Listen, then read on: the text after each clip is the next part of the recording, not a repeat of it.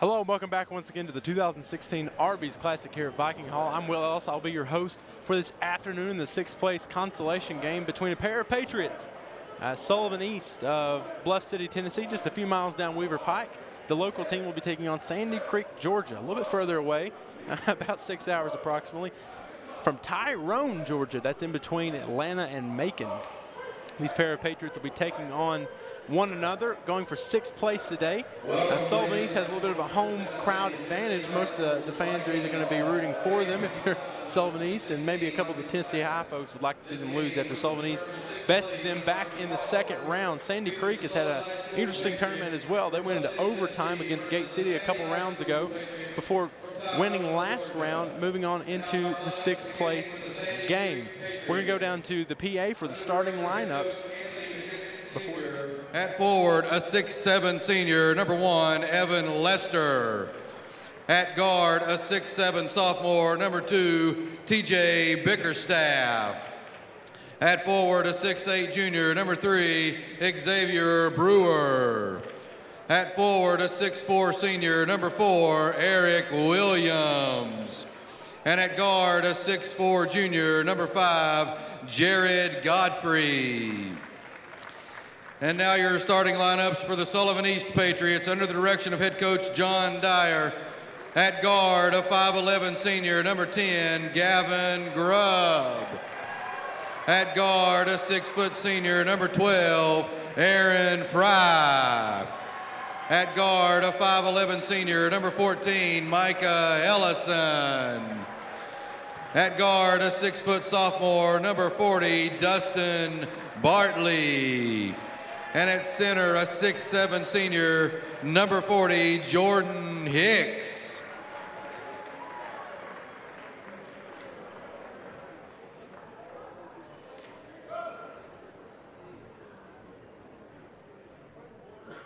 The official score for this game is Steve Honaker, your clock operator, Trevor McMurray, and your game officials are Fess Hall, Gary Compton, and Frank Carson. The winner of this game will have earned a sixth place finish in the 2016 Arby's Classic. All right, now that we have our starting lineups, I'm going to bet that we're going to see a tip play from Sullivan East as Aaron Fry lines up against Evan Jester, and that we do, and it works again. Almost works. My goodness, I thought they had it. Fry blocked by number 4, Eric Williams for Sandy Creek. Sandy Creek runs their starters with jerseys 1 through 5. That one on the ground is Evan Jester. Jester is a man that you guys need to know about today. Evan Jester, a major prospect in college basketball, but also a little bit of a renaissance man. Evan Jester took piano for 10 years from ages 5 to 15, so he's got some skills with the ivory keys as well as in the basketball court as he hits his first bucket of the game. Jester also holds a 4.0 GPA, a standout in the classroom that's also on the math team at Sandy Creek High School in Georgia. So great young man right there with Mr. Jester. If you want to look him up online, there are multiple articles posted about him. You just got to do a bit of research, and he's a man worth looking into and a guy we're going to hear a lot about today during this game. Fry loses the ball for Sullivan East up top, stolen by Grubb, and that's another man we're going to talk a lot about today, Gavin Grubb. Grubb, the senior 5'11" point guard for Sullivan East, the all-time leading scorer for John Dyer's squad out of Bluff City, Tennessee. The offense rolls through him as Jordan Hicks goes up, can't finish. Good strong move by the big fellow though. Grubb had 6 or 7 steals last game as we get our first dunk of the game. Number 5, Jared Godfrey, the 6'4" guard. Godfrey, one of the pair of guards for the Patriots of Sandy Creek, standing at 6'4". Shortest player on the court for Sandy Creek would be the second tallest player on Sullivan East squad. So a little bit of a height difference between the pair. As Grubb gets it in the corner, going to be trapped, get it over top to Fry. Fry to Bartley, going to lose it. Out in the open court, number 2, TJ Bickerstaff. Bickerstaff going to be fouled, and that is definitely going to be a flagrant one. Fry tackles him from behind. Fry, which is a football star in the fall, the quarterback for Sullivan East, attempted to slow down number 2, TJ Bickerstaff. Not going to let the 6'7" guard dunk it easily, but instead going to get a flagrant foul. That's going to be 2 free throws for Bickerstaff, and Bickerstaff is going to get these 2, and then the ball afterwards. Going to look to put Sandy Creek up 6 with the ball. Already seen one dunk dunk. Probably going to get a couple more from the Sandy Creek squad. Although the Patriots of Sullivan East probably not going to be throwing down a lot of threes. Going to be, throwing down a lot of dunks. They're going to rain down quite a few threes. Sullivan East is coached by John Dyer, who's giving his team a little bit of a pep talk there on the Arby's Classic emblem. Sandy Creek is coached by Coach Anthony Mac McKissick. Mac McKissick Sr., you get a good look at him right there. He is assisted by TJ Bickerstaff, AJ Ellis, and Reginald Fuller. They went 21-8 last year. They were region champions and made it to the Elite Eight down in Georgia with a tremendous amount of success as Sullivan East gets the rebound, loses it though as Hicks, and taken by number guard Eric Williams. Williams gets the ball from Mr. Hicks, and now Sandy Creek, who is way ahead, going to get another easy dunk. 9-0 as Coach Dyer's squad reeling underneath the weight of the Sandy Creek team. My goodness, what a showing by the Sandy Creek Patriots to start out with. Sullivan East typically runs a 2-3 zone and throws it in off the back of Jordan Hicks. Hicks tries to get the rebound, can't hang on to it. Sandy Creek recovers. Quick hands, this Patriot squad from Georgia. Sullivan East, more of a fundamental team, runs a press against local teams such as they did against Dobbins-Bennett and Tennessee High back in the second and third rounds respectively. However, not going to be able to do that against the Sandy Creek squad. Just simply too athletic, too long. Not going to be able to run that against them. They're going to have to pack it into a zone, and that's going to take away a lot of what Sullivan East uses against teams. And we're going to look at the dunk right here from Bickerstaff. Bickerstaff, the 6'7" sophomore, threw it down with ease. At 6'7", it's not too hard to get up and throw down like that young fella can, especially as good of an athlete as he is. Sandy Creek is the tallest team in the tournament in terms of average heights. Go 5'5" with Cameron Miller. Then we go 6'7", 6'7", 6'8", 6'4", 6'4", 6'2", 5'8", 6'7", 5'7", 6'5", and 5'11". So quite a lengthy team, the Sandy Creek squad. Sullivan East sporting a four-guard, one-post lineup. That's Coach John Dyer.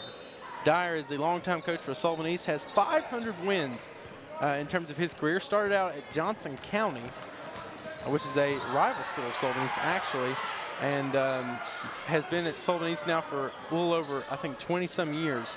And Bartley's shot going to go off the back of the rim for the first points for Sullivan East. And now Jester going to get it and go and finish easily. Well, I thought he was going to finish easily. Number 3, Xavier Brewer, the 6'8" forward, going to get the rebound and finish. Sullivan East looked like they were pressing and just not going to be able to get that done against a team like this. Grubb, who honestly has been one of the better players in the tournament thus far, struggling against the Sandy Creek squad that has so much length, as Micah Ellison is going to get called for the foul on the ground. Mason Johnson about to come in, as well as number 50, Ethan Whitley. Whitley is a transfer to Sullivan East from Fort Worth, Texas, the junior. 11-2 the score as Sandy Creek leads the Sullivan East Patriots. The Sullivan East Patriots in white, Sandy Creek in navy. It's part of the problem of having two teams that are both the Patriots. Not only are they going to have the same mascot, but they're probably going to have the same colors as well.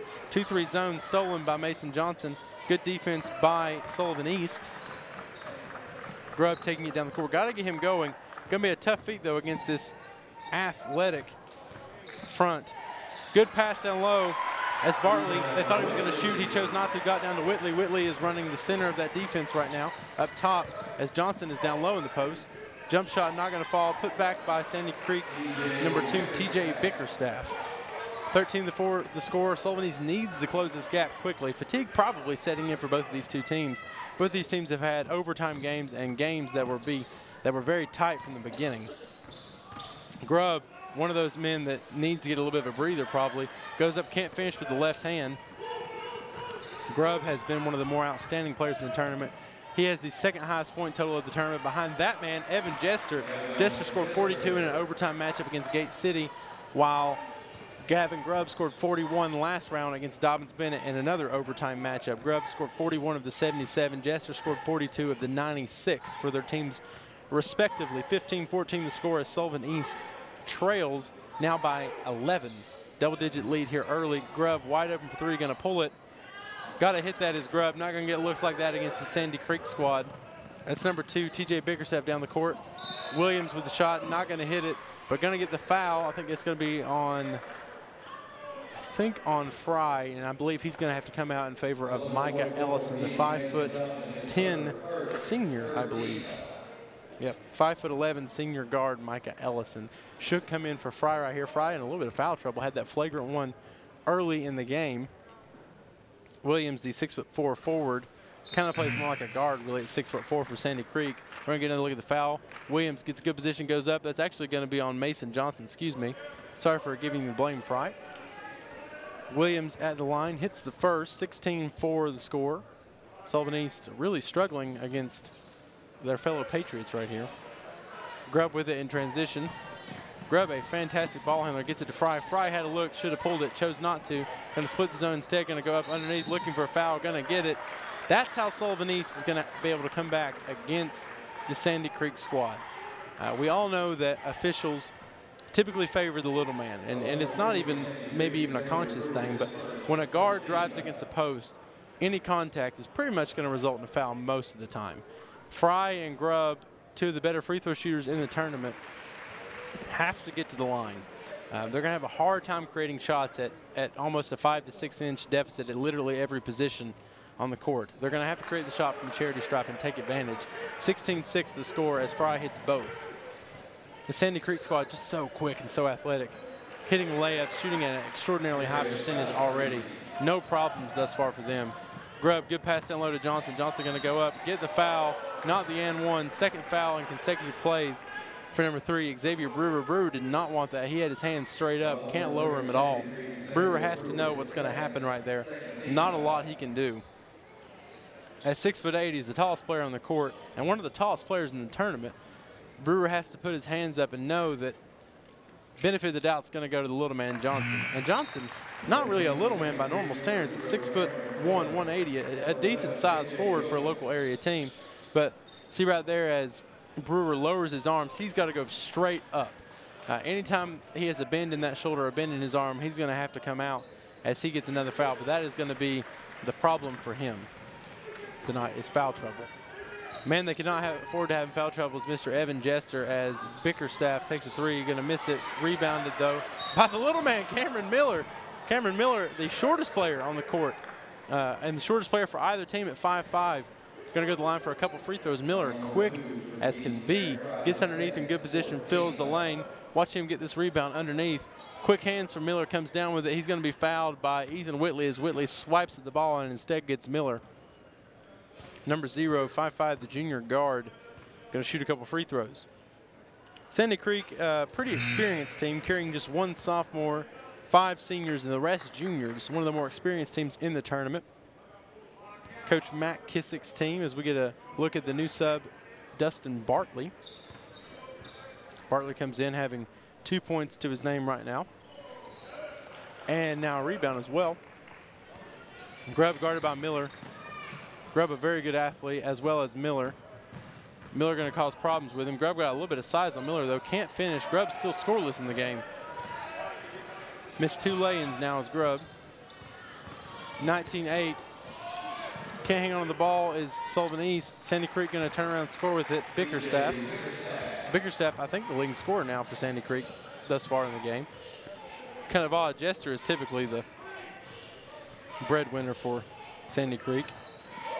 Grubb down low to Whitley. Whitley going to go up. Finish. Good take by Whitley. Good feed by Grubb. Fatigue having to wear on these teams a little bit as Bickerstaff hits a 3. Absolutely lighting it up from beyond the floor. 24-10. On pace for a monstrous night is Sandy Creek. Grubb, the center of this offense, being guarded rather well by Miller. Miller not letting him have anything easy, allowing Grubb to facilitate more than to actually score. Grubb will have a little bit of height. Let's see if they play a little bit of isolation basketball. Bartley, open 3. Not going to hit it. Rebounded. Number 11, KJ Wilkins. Wilkins going to get down to Jester. Jester, easy bucket. That's been the story of this game thus far. Sullivan East, which has played a good game in every game they've played, now suffering badly under the weight of this Sandy Creek team. They played Buford, Georgia, who is going to be playing in the semifinal to just a 7-point ball game in one of the better games of the tournament. packed it into his zone and played very well against them, and Grubb had 27 that game. Yet to score, though, this game. Grubb has some of the better handles in the tournament as well. He's going to get it to Whitley on the corner. Grubb open for three, not going to take it. Sandy Creek, a very athletic team, causes problems for smaller teams like Sullivan East. Whitley with it. In the corner to Bartley. Bartley. Step back, not going to get it. They're going to call that a walk on Mr. Bartley. 26-10 the score. If you would like to own your own copy of this game or of any other game played here at the Arby's Classic, make sure you visit power7.tv. That graphic's at the bottom of the screen for you to purchase a DVD of each game. That website again is power7.tv. as Grubb is going to inbound the ball for Sullivan East. 1:19 left to go in what has been a very quick first quarter. Much different than the previous game, which saw Gate City fall to Tabernacle of the Bahamas in a consolation game. Great showing for both teams. A little bit of an odd game as Bartley's going to go to the rim. Looks like he got fouled, not going to get the call instead. Miller over to Jester, not going to be able to bring it down. Looked like a little bit of a fancy pass for Miller, not going to work out too well for him though. Grubb going to bring it up for Sullivan East. In for Sullivan East, we have Micah Ellison, Whitley, Grubb, Bartley, and Johnson. For the Patriots of Sandy Creek, we got Cameron Miller, Evan Jester, TJ Bickerstaff, Jarrett Godfrey, and KJ Wilkins rounding out the lineup for the Patriots of Georgia. Soon to come in, number 14, Reggie Fuller. I'm going to bet that he is related to Reginald Fuller, who is one of the coaches for Sandy Creek.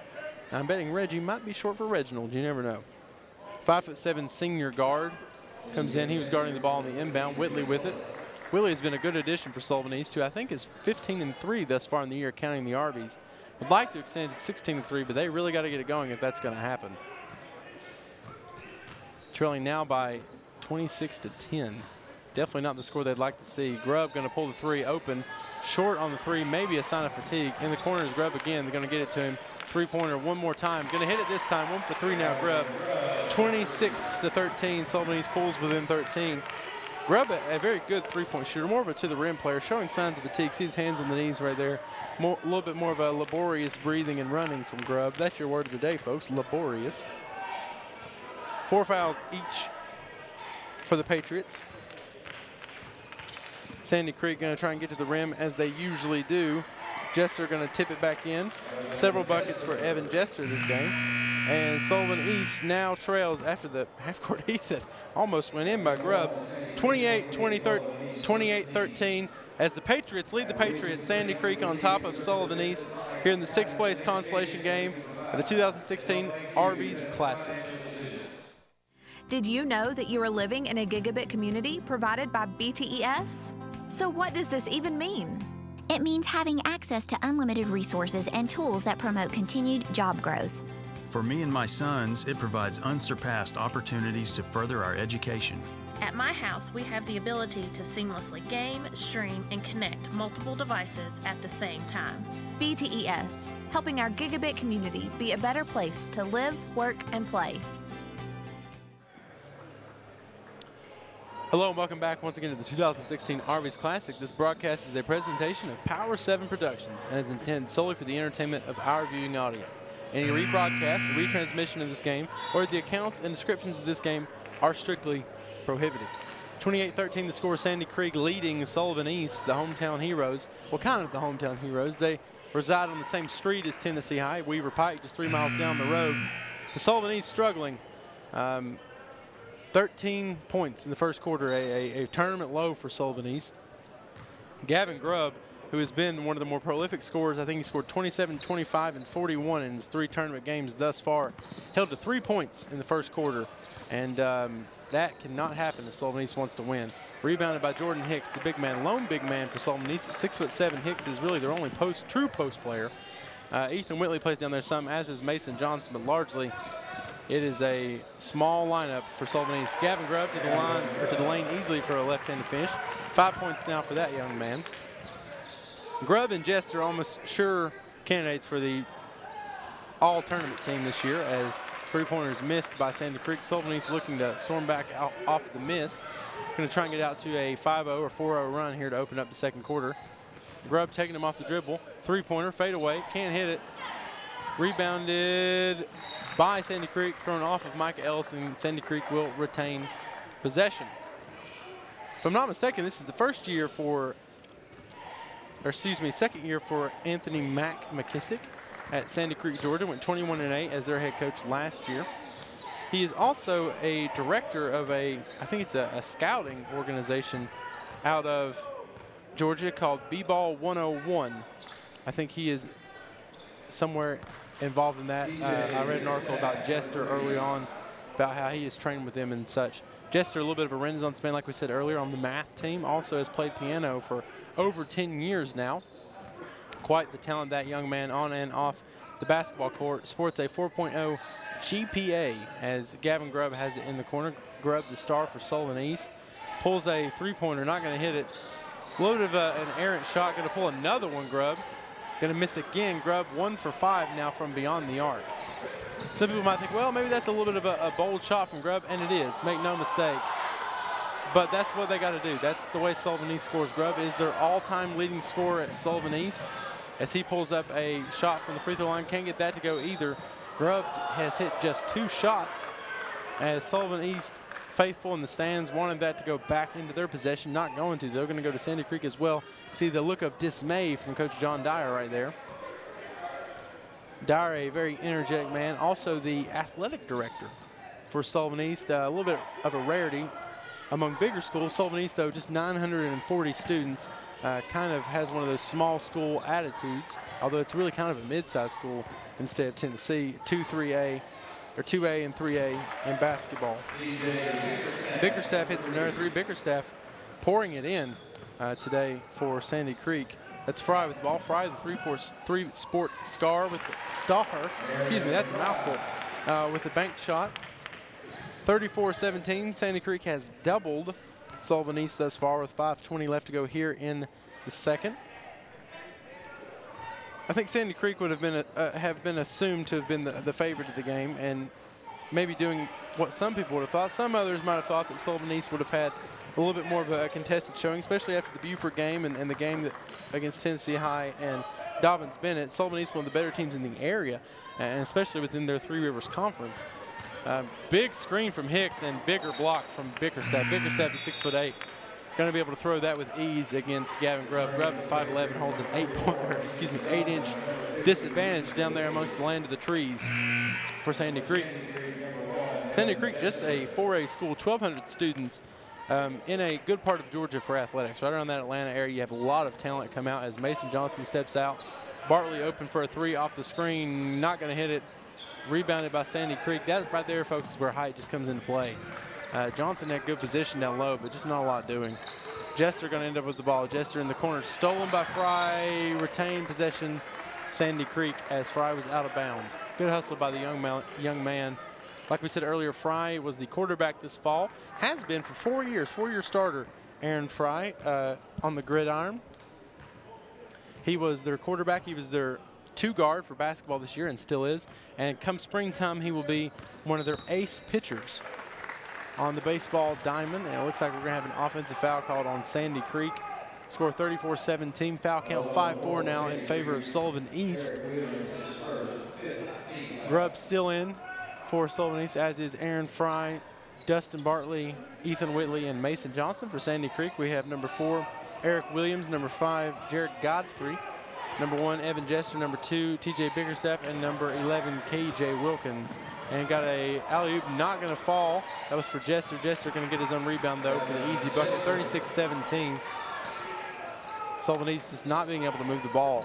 This press, the press itself not really causing that many problems, but a lot of the residual efforts, they just can't make a shot. Whitley with the ball. Whitley looks to Grubb in the corner. Grubb, wide open 3. Not going to hit it. Grubb, ice cold from the field, having, bar none, his worst game of the tournament. Alley-oop not going to go down. Bickerstaff can't hang on to it. Bucket not going to count. Foul on the floor. Jester was the recipient of the foul. Looked like Whitley was the one that committed it. Whitley, the 6'2" junior out of Fort Worth, Texas. Transfer. Not common for Sullivan East to get a lot of transfers. Sullivan East, being a county school, doesn't get a lot of transfers coming in from other schools. But occasionally you'll get one, such as Whitley that moves into the area. Jester, a deep 2, not going to get it. Get his own rebound. Down low to number 5, Godfrey. Godfrey not going to get it. Recover the rebound as Bickerstaff Sullivan East being out-rebounded tremendously simply because of height. Just not a lot you can do. Jester goes up with it. Going to get a charge on Jester. Good play by Mr. Mason Johnson. Johnson is a sophomore forward. Guy Sullivan East is going to look to have play here for a couple years. Look at Johnson get down low in position. Hands up, gets hit and falls. Maybe a little bit of a flop job, but hey, we don't get fines in high school for that. Grubb with the ball. Grubb in the corner to Johnson, not going to get it to him. Errant pass by the senior guard, one of the few. Grubb not a careless ball handler by any stretch of the imagination. Like we said earlier, he's the all-time leading scorer for Sullivan East, but hasn't paid off a whole lot for Sullivan East today against Sandy Creek, as Sandy Creek sports a 19-point lead against Sullivan East here with 3:22 left to go in the second. Sandy Creek with it at the top of the key. That's number 5, Jared Godfrey. Godfrey down to Bickerstaff. Bickerstaff shot blocked by Sullivan East Aaron Fry. That is Mason Johnson with strong hands looking for anybody, somebody, anybody. Call a timeout, young man, to get the ball to. Instead, going to get it up to Aaron Fry, who's going to get it in the corner. Back to Micah Ellison. Ellison going to recover. Fry with it now. Grubb on the bench. That means Fry is going to take over the point guarding duties. Another foul on Sandy Creek. Much to the chagrin of Mr. Jared Godfrey, who I think is the one the foul is going to be called against. Looks like he gets called for a blocking foul. Looked like it might have been more on number 30, Chris Porter, the 5'11" guard.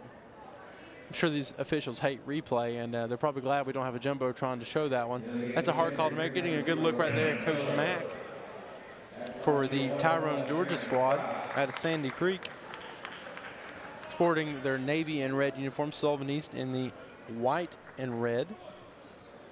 Last year, Sandy Creek were the region champions down there in Georgia, a 4A school. Elite 8 contenders down there in Georgia. Sullivan East had their own solid year last year, 25-8. 2 of those losses coming here at the Arby's Classic last year. They are part of the Three Rivers Conference. They were a runner-up in Hardy's Classic last year. I believe they won it this year, if I'm not mistaken. They were District 1 champions and Three Rivers Conference champions, and they're a 2A school at 940 in terms of enrollment. Shot by number 30, Chris Porter, not going to go in. Put back is good. That's number 4, Eric Williams, the guard forward. Down low to Whitley. To Fry. To Bickerstaff, unfortunately. Bickerstaff in the open court. Gets it to Jester. Stolen by Whitley. Up top to Grubb, and Grubb going to get an easy look now. Eric Williams did everything he could to pin that one against the backboard, right behind Grubb, and he almost caught up to it. But Grubb ended up flushing it down anyway. 38-20 now the score, as Sullivan East back into a 2-3 zone with Johnson in the center. Grubb up top, Whitley up top as well, and Ellison and Fry on the wings. Fry going to get the rebound. Good rebound by the senior guard, clearing his arm, and surprisingly, Fry didn't get called for a foul. Instead, going to get called for a walk. I'm really shocked that he didn't get a foul for clearing with that right arm right there. Lucky to get away with the walk, actually.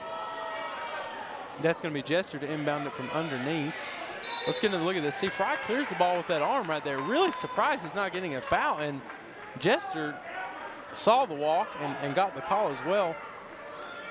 Just a little bit of a frustration play, and they're actually going to get a technical foul. I think that's going to be on Fry, the technical. Fry now a recipient of a flagrant and a technical. Going to head to the Pine for a little while in favor of Dustin Bartley. Coach Dyer wanting a little bit of an explanation.